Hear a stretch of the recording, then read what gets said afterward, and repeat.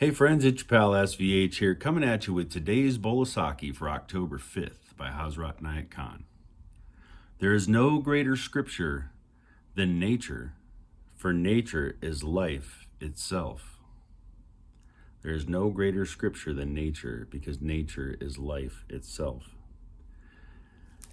So, when we think of a scripture, we often think of a book. We think of the Bible, usually, or we think of another holy book, maybe the Quran or the Upanishads, or, one of the myriad of sacred books or that have been held in esteem as sacred over the years by different traditions.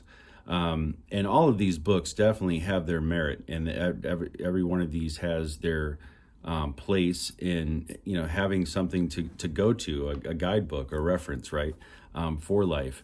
But nature is a living scripture. It's a living manuscript of the true power of God and the creative power of God. And creation really gives us a sense of God everywhere, right? So if you're sitting on a beach somewhere looking out at a vast ocean, sometimes that's when people feel closest to God.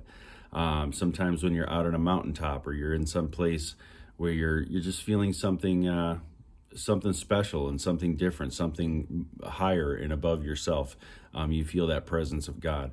A lot of times, for me personally, I do a lot of hiking and I spend a lot of time out in nature. And when I do, I really feel in tune with nature. I really feel an attunement, to where my note is falling in line with the symphony of the universe, and each little individual plant, and the dirt and dust, and the little critters that are running around, the big critters that are running around, the scaly critters that are slithering around, all feel connected and all feel intertwined, as they are. It's all part of the ecosystem. It's all part of the world that we live in and that we move and breathe and have our experience in.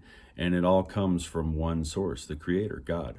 And so this idea and this notion of nature being a sacred scripture is really something important to take heed to. And you'll see this a lot in Native American culture, shamanism, things like that, where this connection to earth and connection to the nature, connection to the beasts of the forest, and this understanding of what they teach us and what they show us. So, especially with the Native American culture, there's so much of watching an animal and their actions and what they do and how they do it and where they do it and why they do it, when they do it. And this opens up such a key to understanding creation and why things are created the way that they are and how they fall into line, again, with the symphony of the universe, where their note falls into place. And as we start to see this in nature or the surrounding environment, we start to understand it more about ourselves. We start to see how we can experience it ourselves, or we can start to understand what it is about ourselves that is, drawing us to that thing in nature, and what draws us to our higher self. We can see internally and feel internally that, wow, I feel that connection with that plant. I smelled that. Sometimes I'm walking along. We have the wild sage and some other wildflowers that we have in the mountains that have such a fragrant scent. And when you walk through just a little place where there's a bush or two of it, and you walk by it, just the smell that you get in the air, it's just the most beautiful thing.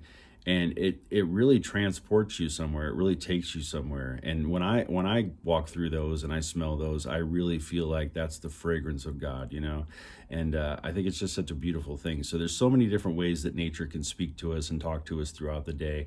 And it really is a holy scripture. So look at it that way. Look at nature as a way to connect to God, or to a higher understanding of God through the experience of God all around us, right? So hopefully that made some sense to you. I kind of rambled on a bit there with that one, but I just kind of channel what comes through, and I am a man of nature. I love it, so I could talk about this stuff all day. So I appreciate you guys tuning in. If you haven't had a chance yet, make sure you go to my YouTube page at Scott Von Heldt. Make sure you like and subscribe, hit the notification bell. I just started a new series reading The Mysticism of Music and Sound by Hazrat. It's really the book that inspired me so much over the years, has taught me so much, got me on this spiritual path that I'm on right now.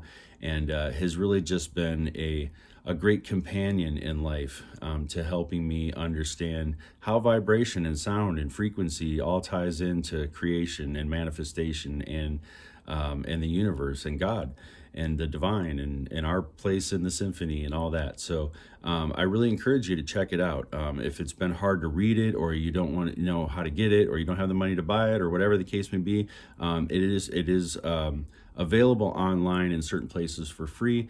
But here you can just go to YouTube and you can listen to it, and you can just kind of put it on at night and listen to it. You can listen to it in the morning, you listen to it in the gym on your way to work or school or whatever you have to do. It's just a nice, easy way to soak in the teachings.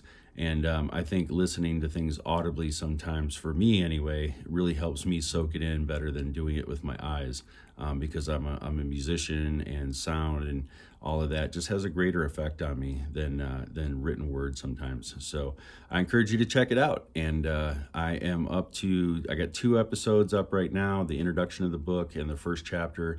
I've already done 4 or 5 recordings of the next few chapters, so we're well on our way to getting that whole thing posted up there over the course of the next few months, and I appreciate you checking it out. So have a great day, and we'll see you soon.